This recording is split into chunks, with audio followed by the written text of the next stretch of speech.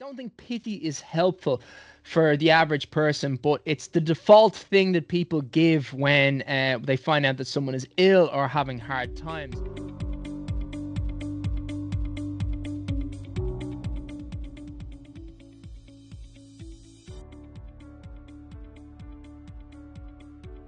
So that was kind of a self-appointed title, just because me and my friends, one of my friends was on holiday once, and we were in Crete, and he went missing for a couple of days, not in a scary way, but he came back and we were like, "Where were you?"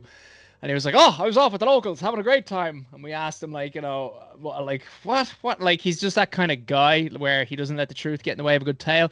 And he goes, "Sure, they're calling me the King of Crete." And we all just burst out laughing at that. And like, since, that was back in when we first left school, that was the holiday, and that was about 16 years ago now, more than 16, 18 years ago. And me and my group of friends, we've always just been saying, "Oh, I'm the king of whatever. I'm the king of, fizzy water."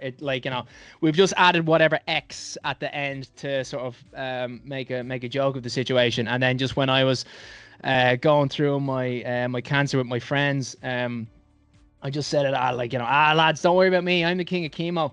And then I think someone else said, like, that's a good social media username if that's what you're going down. And then I was like, yeah, I suppose you're right. And then I went with that. And yeah, it's just stuck with me.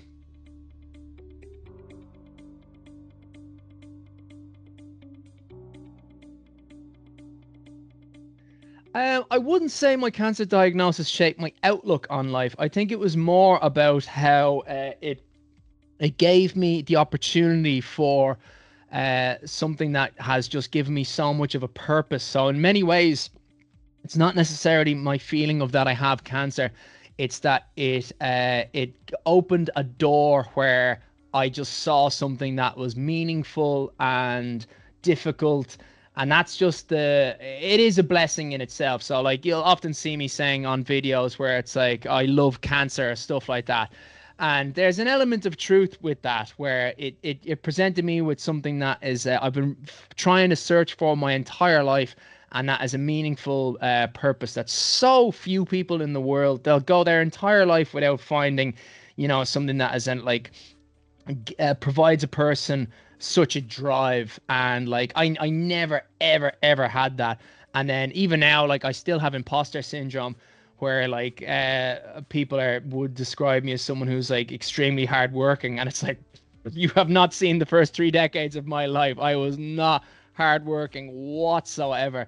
But then it's like every hour of my waking day at the moment is just related in some way, in some small way, to breaking this charity world record. And even if it's not, even if it's like something extremely fun, as we mentioned earlier, I was in my my best friend's wedding recently, and there was just like this itch in my stomach the whole time, being like, "This is fun. He's your best friend, but this is not work.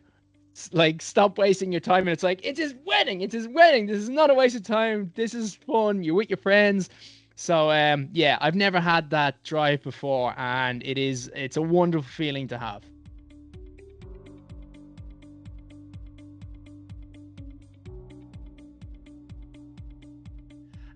In some ways, I would like that. From like a selfish point of view, I don't think pity is helpful for the average person, but it's the default thing that people give when they find out that someone is ill or having hard times. And I find that it can be come off as condescending in a lot of ways, and it's not intentionally condescending. That's just something I really want to sort of push forward on. But I think a simple example would be like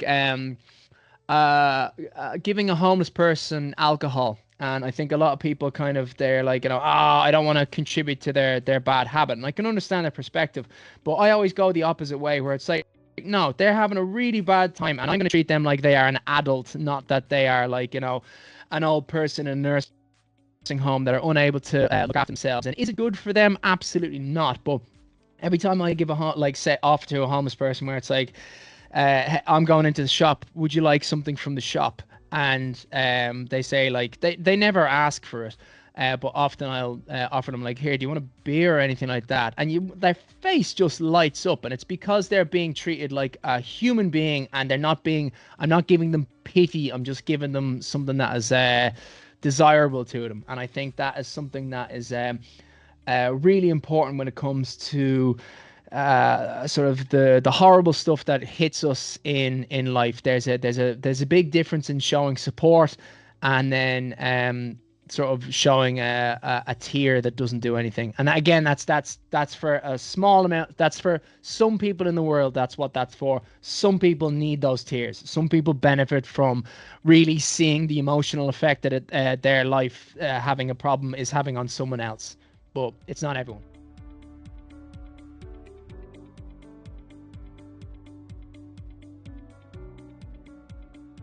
Oh, everything. Like it's almost the basis of the story that I was going through. So like brain cancer, it does not it's a unique form of cancer where you're actually fairly fine functional fitness until the cancer transmits into or transfers into your spinal cord, and then it just shuts everything down, and you're not able to move. Your heart stops, and your lungs start taking in oxygen.